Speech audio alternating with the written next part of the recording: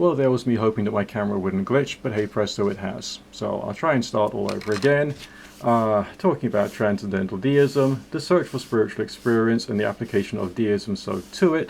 Deism itself applies reason and doubt to the process of the search for spiritual experience. As far as things which is excluded from me culturally as a transcendental deist, as I've written there, absolutely nothing. Okay, so that means that what is open to me is the practices and attitudes associated with all things, all religions, and spiritualities worldwide.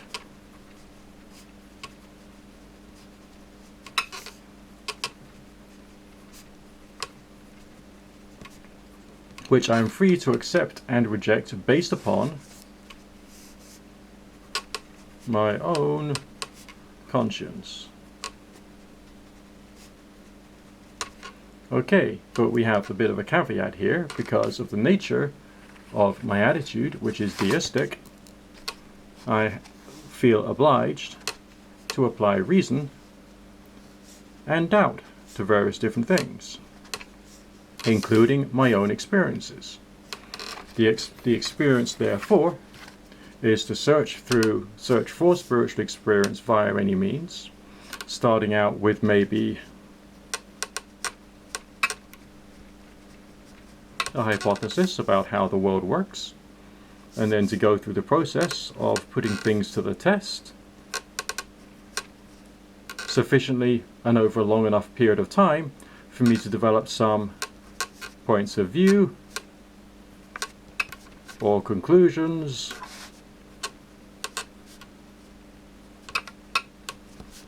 none of which will be 100% factual. There will only be my conclusions based upon how far I've taken myself and my hypothesis through the testing to reach the conclusions. And is only based, therefore, upon my ability to reason about these things at the time, and therefore will be 100% incomplete. Why? Because I am a human animal, and I'm just one human animal. I do not have an entire department of people who have got very heavy rimmed spectacles and are writing on panes of glass like they do in a wide variety of all kinds of B-movies for the purposes of going through the process of science to build up a complete and utter total working scientific hypothesis. I've only got my own hypothesis here, and I can't develop a full working scientific theory based upon my own personal experiences. All I've got is the progression towards from a hypothesis through putting things to the test to develop a point of view and a conclusion, and then if I wish to, I can then go back to put my conclusion to the test. The conclusion then becomes a hypothesis. I then go through a testing process again, and I develop other points of view. Alright, so my points of view, since when I started out doing all of this weird stuff, and my points of view now have therefore moved on, as I myself have changed and grown. And of course there's the feature of, let's see if I can draw it really badly,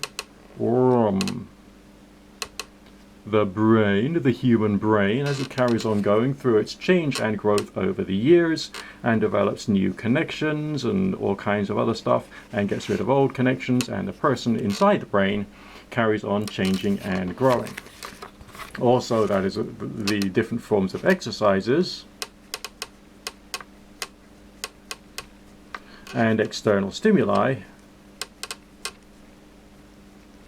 upon the brain will also, and general nervous system, if I could just like draw something else there that makes it look vaguely like a nervous system. It isn't, but never mind. So it's exercises and stimuli acting on the brain and nervous system, on my ideas, thoughts and feelings, on who I am and what I am at the time, including health, which is a changing dynamic state over time, which will also be affecting how the entire apparatus with which I'm using to investigate nature is capable of functioning. So therefore, the levels of incompleteness will always be present. Because my knowledge will always be incomplete, I must therefore always add a certain quantity of doubt and skepticism to any variety of hypothesis about how the natural world in terms of psychic and spiritual experience seems to operate. Okay, So doubt is a key feature of my spirituality. Applying reason and a scientific method to investigate is essentially part and parcel of what I have to do. But we're still talking about the search for spiritual experience, which could be wide and ranging. Now, thinking about methods and approach, what kind of things could I do to explore spiritual experience? Let's put a box around that bit for the moment, just for now. What kind of things could I do to explore spiritual experience? Number one, meditations. Number two, prayer. Number three, worship of any type.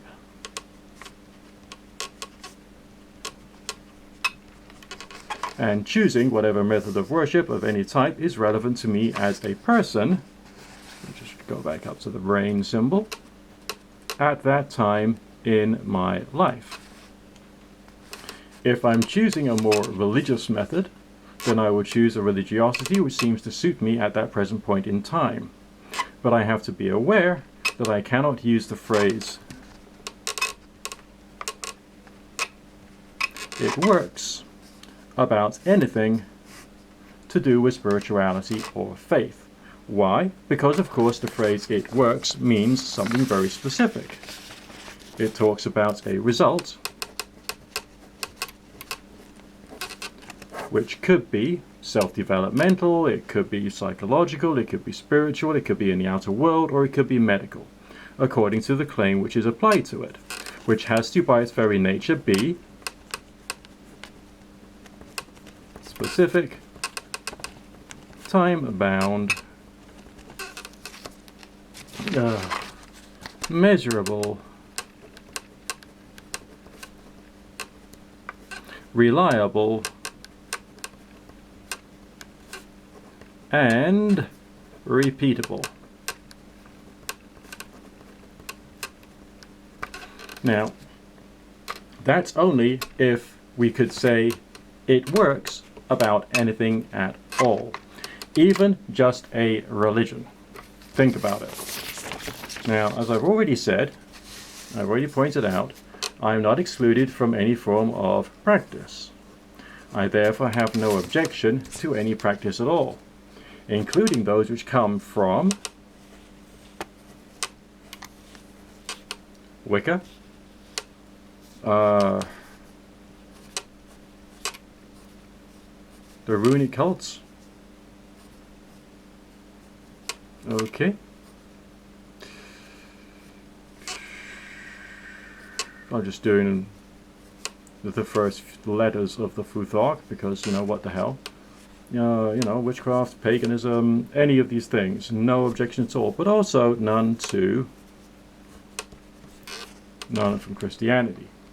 Of course, if you look at one of the main tools that is used by witches and pagans these days, what we have here is a Christian theology. It's called the tarot. And if I'd actually done my preparation prior to doing this video, I'd have pulled out the Emperor card, wherever the heck it is. Oh, there's at the bottom there. And you will see that at the bottom right hand corner, you've got a symbol for Jesus Christ, namely the Lamb of God. So that's the Son and the Father. This is a Christian book, no matter how you look at it.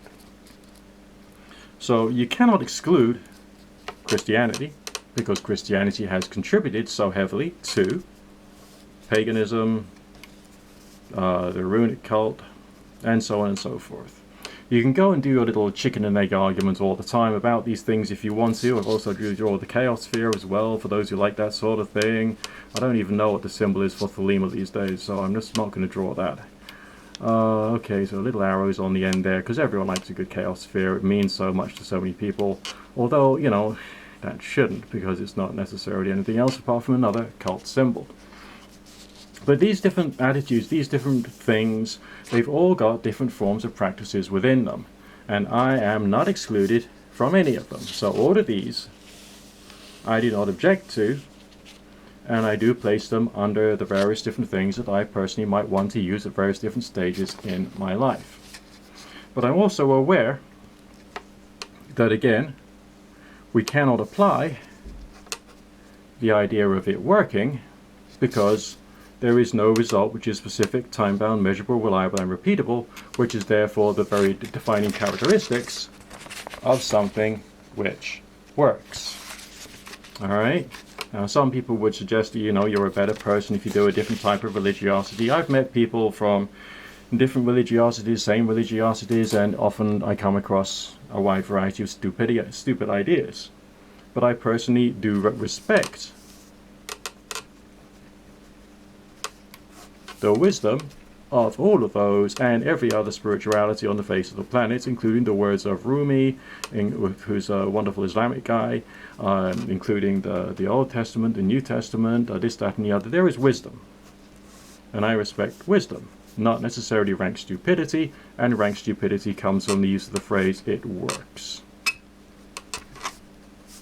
Just by way of digression, the idea of a religion that works is primarily, especially in terms of neo-paganism, is because the vast majority of neo-paganism came out of something which has been existing before neo-paganism, which was, of course, Christianity. And the vast majority of neo-paganism is, in fact, different forms and permutations of Christianity, but without the mention of Jesus. So, that was just my digression there. But my point is, I can easily respect the wisdom of different traditions which I may be able to use as part of my contemplation and self-development in many different ways. Okay, nothing is excluded from me there, but I'm very cautious about certain key phrases which I believe causes too many problems in society, such as false hope and the exploitation of the desperate.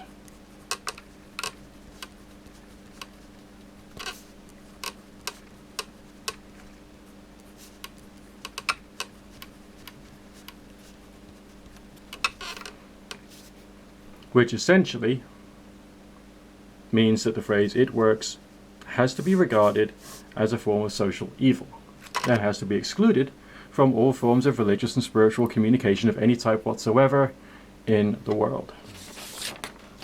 Now, going back to Transcendental Deism, okay, I regard this as being something which is independent from all the rest of the cults that's in the world, because I'm taking a point of view which kind of like is separate from these things, but takes from these things in whatever ways is appropriate for self-development, spirituality, and all the rest of that kind of stuff. But in its own right, the answers to what I'm looking for is not actually there. Why? Because here we're looking at different cults with different attitudes and different behavioral patterns, and those attitudes and behavioral patterns in many ways goes contrary to my search for the truth, whatever that may be. Okay? Now, whatever is real, whatever is true and has not been discovered yet, exists, just like the planet Pluto, just like electricity existed long before it was discovered, just like the rules that Newton came up with about, I don't know, billiard balls moving across a billiard table. Those laws, so to speak, the way that nature behaved, existed before Newton wrote about them. The planet Pluto existed before planet Pluto was discovered. So therefore, my hypothesis here is that there's things out there which exist or have existed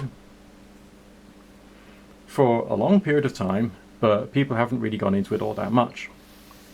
Now, in my search for what exists, I therefore have to find the right kind of approach.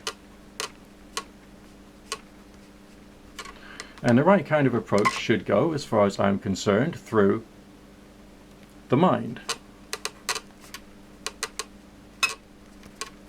To make sure the mind is okay, we've got to make sure the body is okay as well. And that involves living a suitable healing lifestyle.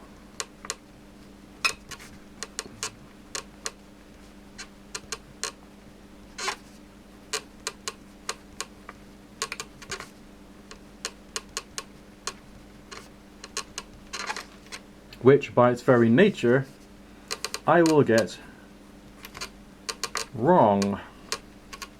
And I will get it wrong because I'm going to make mistakes on the way. So therefore, in many respects, what I can do is talk about what I've been through and what I do, but I can't necessarily say that that is an accurate prescription. I can research different attitudes to this from any source, including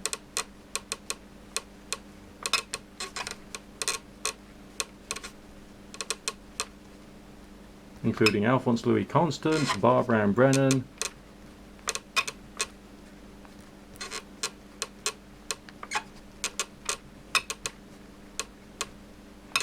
or any other author on health, wellness, occultism, and magic. But that becomes part of my life.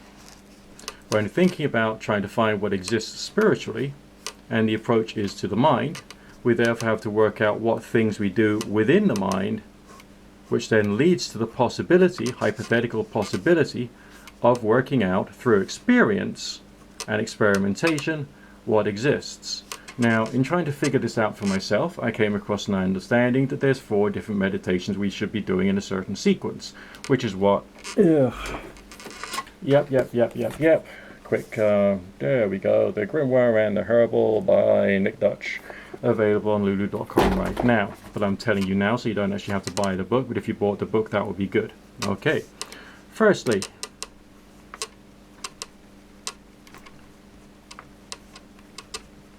mindfulness. Secondly, body scan.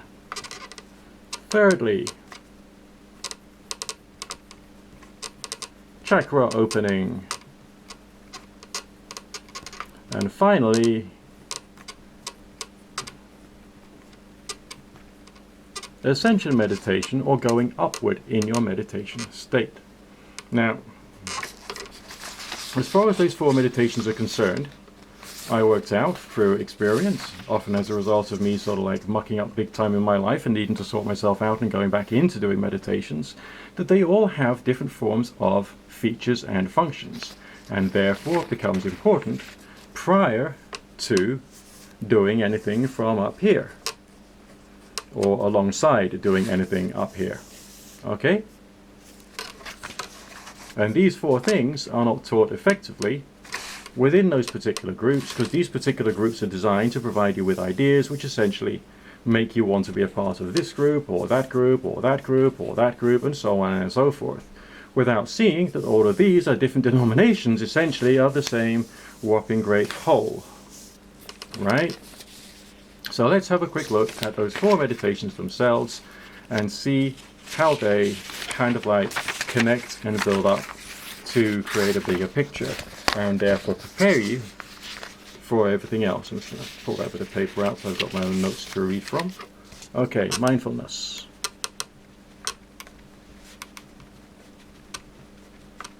Then there's body scan. Then there's chakras. And then there's ascension. Okay. So, what is the point in doing this stuff? Well, meditation in these first, second, and third level is relaxing and therapeutic and beneficial and good for you. So that's a good reason to do them all. But then we get on to ascension, and that's where things get really, really, really effing weird. Okay. Mindfulness. First purpose. Relaxation opens you up to your own challenges, okay? To your own mind. Alright, if you're working inside the mind, we've got to get a familiarity with your own mind. So mindfulness itself builds a familiarity with what's going on inside the mind, causes problems, challenges, issues, personal pains and all the rest of that, bad memories, things you're dealing with, all kinds of stuff you need to sort out somehow. So mindfulness teaches you about the mind, because things crop up in mindfulness meditation which gives you the ability to then have a good look at yourself and try and work out, you know, what you should be and how you should be that thing. Yeah, and I've been looking after my health today, doing some frequency work, so that's just one of the ways in which I do things. I'll quickly detach my TENS pads whilst I'm talking to you. So mindfulness itself is a very good, solid, basic foundation, and is also a form of meditation which is approved of in Christianity. It's not necessarily specifically a Christian thing, but it is approved of within Christian circles. It's therapeutic, it's good for you, it helps to generate a peaceful state of mind, but from the occultist point of view, from the transcendental deist point of view, it's the study of the mind which is important. It also gives visualizations. It doesn't give you the ability to control visualizations, it gives you visualizations, which shows you how visual information can appear in the mind. Once you understand that, and you've learned how to feel it, and you learn how to perceive it, then you're starting to move in the right direction when it comes to everything else. But there's different ways in which the visualizations come, there's different causes to the visualizations coming, and you have to work that out because you are living essentially in the mind for the purposes of understanding the mind itself. It becomes an exploratory practice and something you probably need to keep up on and off for the rest of your life. So that gives you, therefore, because the visualizations it gives you, your first visual display unit of psychic vision. Okay, a visual display unit of psychic vision comes firstly through mindfulness. There's another way of doing it using the dark mirror, but that's part of the process. Okay. Now, what about the body scan visualization? Why on earth would people do that? Surely that's just a bunch of sanctimonious rubbish. Not quite. Now, in a lot of the magical practices, we talk about having, you know, the whole of your will, of your energy field, of your aura being saturated with an intention, so you can then send the intention out. Using the body scan does something very interesting in the fact that it creates what I'd like to consider to be laminar flow to the mind, okay? To think with one voice.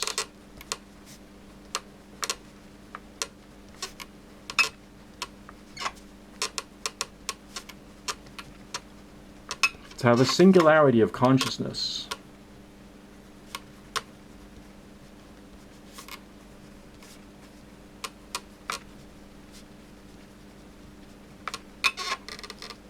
Okay, and so when you're in that state, you're able to have more control meditatively over what's going on inside you. So you build a visual display unit, you go through the process of practicing this, which then gives you the singularity of consciousness when going through meditation.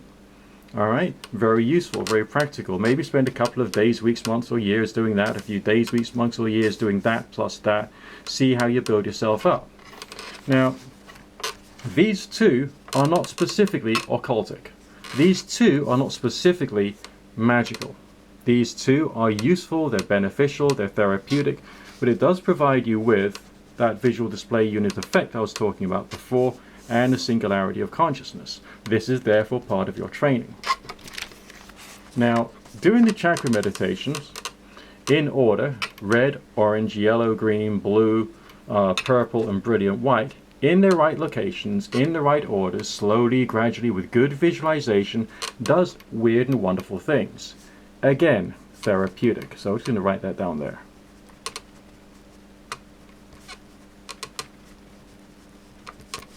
And also spiritual healing in a very mild way, but still does something good for you there. Okay?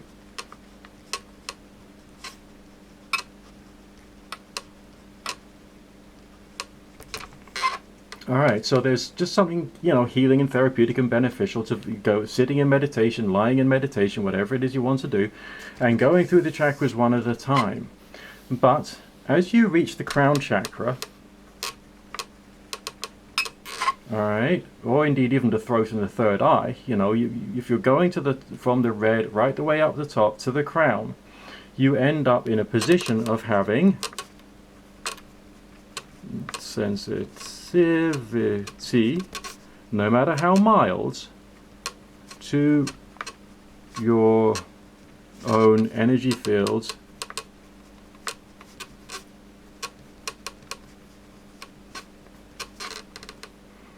and also, therefore, sensitivity to interference from external forces.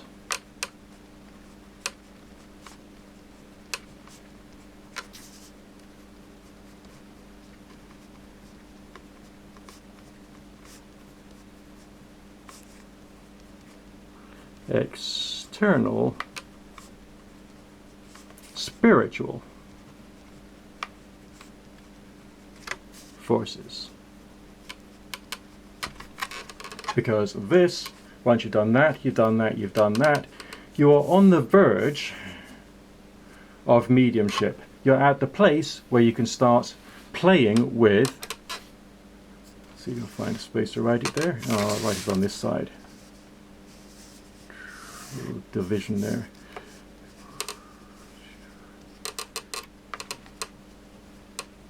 Psychic reading. But then you're in a position of how the hell are you going to interpret all of any visions you get or any questions you ask spiritual beings or apparent spiritual beings or your higher self or your divine self or whatever it is when you're in this state? Well, go back to what I mentioned earlier on. Okay? You still got to go through the process of having a hypothesis, putting it to the test, getting a point of view or conclusion, and then going back to put these things to the test again and again. So that will be in terms of the symbolism you have, the types of visualizations which have appeared in a semi-mindfulness state. And for some reason my camera just decided to snap out of action then. I don't know why. But my point is that when you got as far as doing chakra meditation, you still have to think scientifically. You still have to build a hypothesis, a point of view, which you're going to investigate. You put it to the test. That creates more points of views or conclusions based upon experience, and you then go through the process again and again and again. And it then becomes a bit, it becomes complicated. Alright? But then after the chakra meditation, you then come to the big scary one, right? The most important exercise of them all when it comes to any form of spiritual experience. This is when you're sitting in meditation and you're visualizing yourself going up and up and up and up and up, and you're blowing a hole through the crown. You're blowing a hole through the crown chakra, you're visualizing yourself going upward and upward and upward. You get yourself vertigo type states. Because what you seem to be doing is to generate something which I believe to be, and I could be wrong here, but it seems to be a gamma brainwave frequency. Alright, now the gamma brainwave frequency is very fast. If you think about a computer which has a certain quantity of RAM and a certain quantity of ROM and it's got a certain processor speed, it can only handle a program of a certain type. Now your gamma brainwave frequency appears to be a place where data can be processed faster. Now if you've gone through mindfulness, body scan and your chakra meditations, you've built a certain level of sensitivity which becomes evident as you practice something along the lines of the psychic reading side of things. If you move into a gamma state, you will again get visualizations like what you did when you were doing mindfulness, okay, but they will be a bit more, intense and real, a bit more spiritual. And that appears to be the place whereby you can achieve different things and you can play with different things and possibly have different interactions with different varieties of consciousness or different varieties of hypothetical entities, and hypothetically speaking, to act in different ways. Now, another purpose of the ascension is therefore to be able to perceive at higher levels.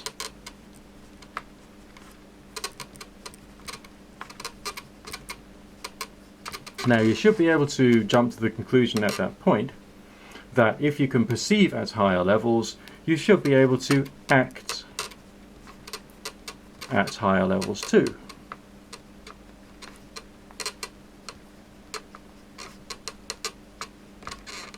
Right. So what happens then? That's when it gets really rather very strange indeed, because it brings you to the point with the practice of other things such as astral projection, to the point whereby, you know, you might even see the guides. It brings you into the spiritual world. The visualizations themselves change in their nature at times to provide you with a demonstration of that. Now, if you have managed to do proper astral projection at least once or twice in your life, in accordance with what was said by who? You guessed it.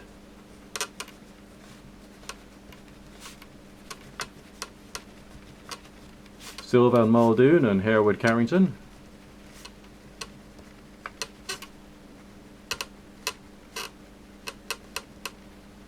In the book The Projection of the Astral Body.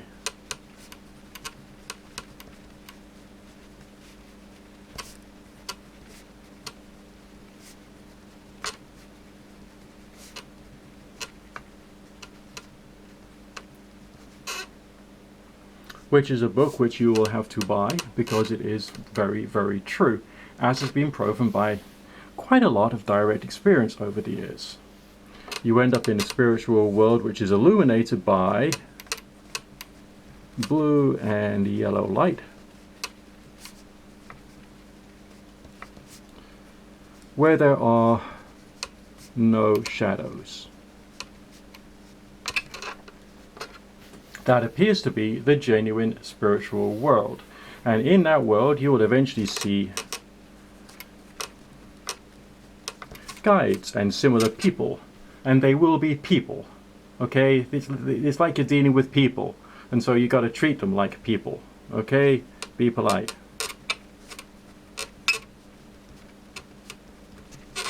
Now, there is always the point that this could be a delusion brought about by having brought yourself into the gamma state of mind and any other thing which could be wrong with you mentally or physically.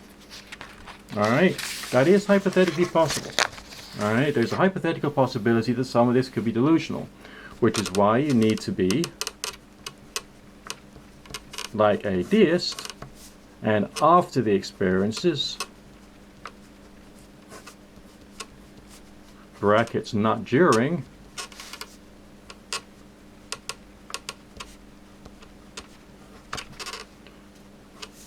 questioning and skeptical.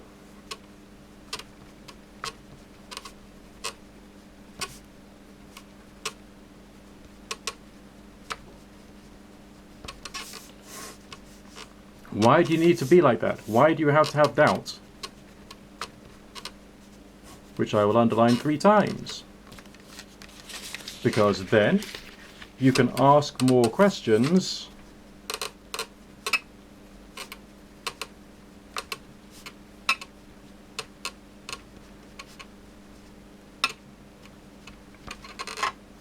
and then that gives you more hypothesis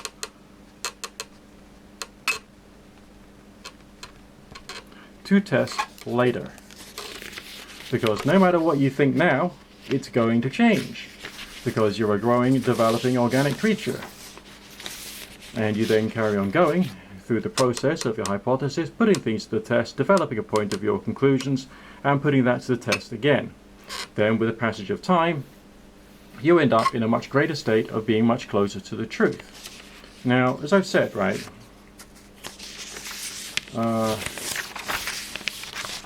there's things in this world which seem to matter to me personally, which is finding the truth, whatever that is. Alright, that's the spiritual experience bubble of truth, and all the things which it implies, all of which we should have questions about, not answers, because we don't know. But to the most part, people in this world are more obsessed with this circle here, which is a religion, which is full of where all the problems come from. And I can say the problems come from that because it's all to do with identity, it's all to do with culture, it's all to do with imagined visions as to what life should be like.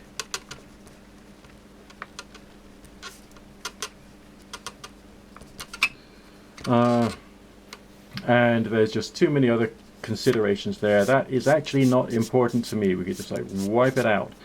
But this section here still has its importance. It's not important, but it has importance in the fact that issues from this, being irrational, can be used in your meditation if required to assist you in getting there, to be able to have some variety of spiritual experience. Okay? Everything in religion points to there being a spiritual reality around us somehow, but everything in religion is about identity, about culture, about imagined vision or perceived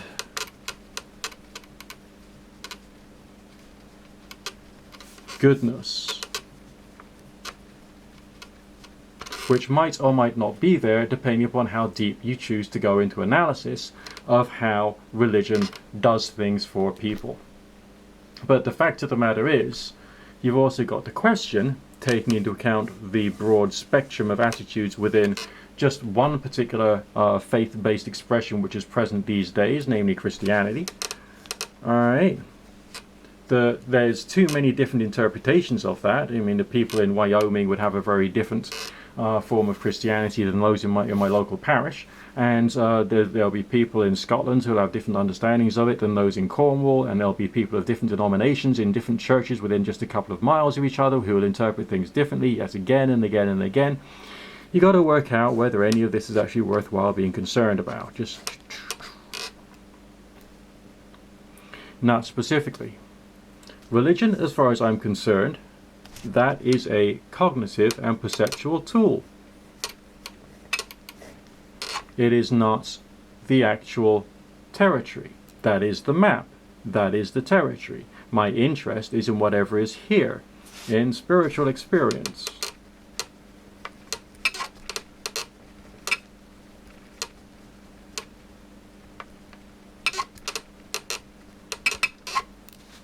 And therefore, if someone tells me that I have to follow a particular tradition,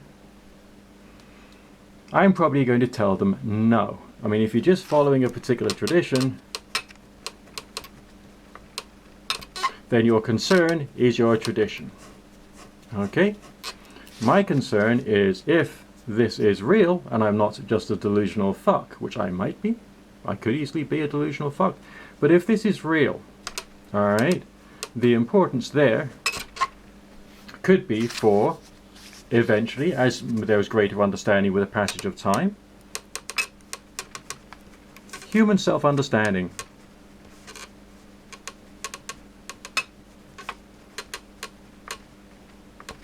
Human communication.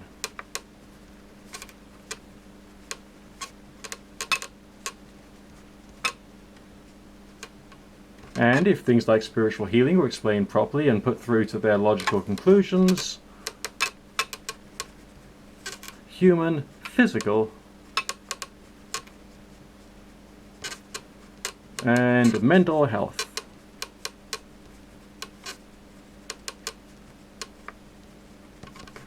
So don't assume that because I'm only interested in, results and something which is real, that I'm somehow satanic or bad or whatever. It's just that the promises of the gains from spiritual experience should be to enhance the whole of humanity worldwide. That should essentially be what our goal is. And that means we've got to have something which we don't have at the moment. Let me just get a blank piece of paper. If I have one. Okay, I'll use the back of this one. Right. Number 1. Good and accurate explanations.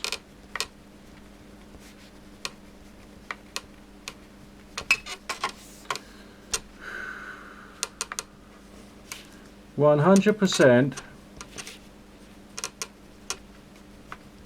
honesty.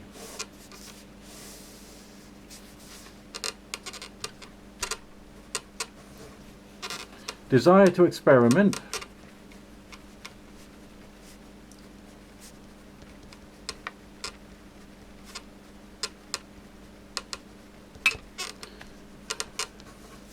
Skepticism of oneself and one's own beliefs.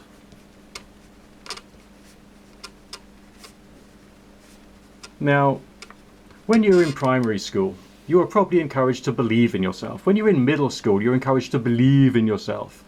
This is just bullshit motivational techniques given to you by your teachers so they can get a certain number of people through their exams and they can look good because they've allegedly educated some people. Self-belief is wrong. Self-belief is wrong. And self-belief is wrong because it doesn't provide you with the ability to ask questions of what you think. Well, I believe this. Well, I don't believe that. Well, I believe this. Well, I don't believe that. That's pure superstition. Alright? And you're not thinking like a scientist if you're thinking in terms of what you believe or what you don't believe. I don't care what you believe and what you don't believe, and neither does the natural universe. Skepticism of self should bring you out of self and towards truth and clarity of thought. So, good and accurate explanations, 100% honesty, desire to experiment, skepticism of self. Running 5, ability to explain and publish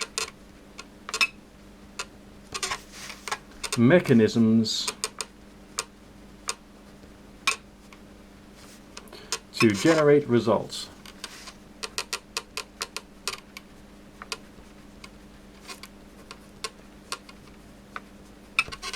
And all people who are involved in all this weird stuff should be able to do that. I haven't really come across that many people who can so far. I therefore prefer my attitude to the attitude of a believer. Skepticism of self is essential. Do not allow someone to tell you just believe in yourself, just trust your intuition, don't do any thought, don't break it down, don't analyze it. That's a load of rubbish. Skepticism of self is one of the most enlightened things that you could ever have. Alright, I might as well say 6. As close to scientific methodology as you can get.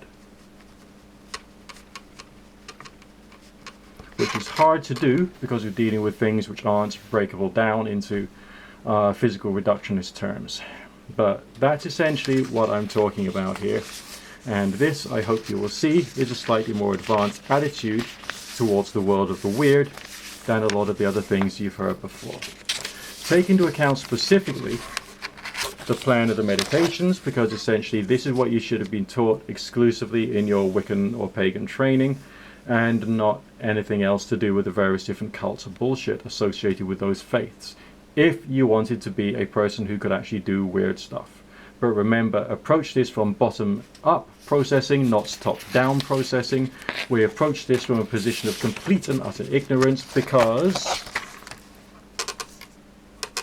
we know nothing by comparison with the vastness of what there is to know in the universe, so we can't sell ourselves to be great, powerful experts. Welcome, lords, ladies and gentlemen, to the world of Transcendental Deism. Sit down, relax, grab some popcorn and have yourself a nice cup of tea.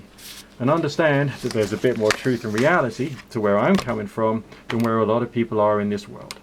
Thank you for your time, have a nice day, and season's greetings.